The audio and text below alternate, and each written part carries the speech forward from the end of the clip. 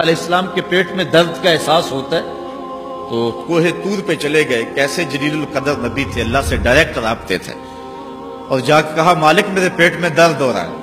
اللہ اکبر. گھر کے نجی معاملے بھی رب سے ڈسکس کرتے تھے, اور کوئی جو ہے وہ ایسی چیز ہوتی وہ بھی رب سے ہی عرض کرتے تھے. کہا میرے مالک میرے پیٹ میں درد کا احساس ہو رہا ہے, دوائی کی پوری لینی ہے تو وہ بھی جا کے کوہ طور سے رب سے ہی لیتے تھے. تو اللہ تعالیٰ فرمایا فلان جنگل میں چلے جاؤ, وہاں اس شکل کے پتوں کی ایک بوٹی ہے, اس کو توڑو نچوڑو, اس کا پانی پیو, تمہیں شفا مل جائے گی. حضرت موسیٰ علیہ السلام گئے اور جا کے بوٹی کو توڑا نچوڑا, پانی پیا, شفا ہو. کچھ عرصہ بیتا, دوبارہ اسی طرح کا درد جاگا.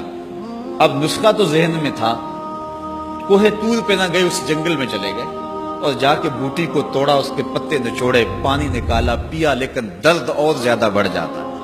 پھر دوبارہ آئے کوہ طور پہ, کہا مالک میں نے اسی درد پہ دوبارہ وہی بوٹی کا پانی پیا ہے لیکن درد بڑھ گیا ہے. کہا موسیٰ اب جو آئے ہو کوہ طور پہ پہلے ہی آ جاتے. تو عرض کی مالک بوٹی بھی وہی اور درد بھی وہی. فرمایا سب کچھ وہی ہے لیکن پہلے میرا حکم تھا, اب میرا حکم ساتھ شامل نہیں تھا. شفا بوٹے میں نہیں رکھی, شفا تو میرے حکم میں رکھی ہوئی. اس لیے ڈاکٹر کے پاس جاؤ, حکیم کے پاس جاؤ, لیکن شفا اللہ سے مانگو کہ شفا ہمیں دینے والا وہ ہے. وہ ایک وسیلہ ہے, ایک ظاہری طریقہ ہے. تو حضور علیہ الصلوۃ والسلام اللہ اکبر کیا خوبصورت ارشاد فرما رہے, حسنوا اموالکم بالزکات, اپنے اموال کو زکات سے پاک کرو.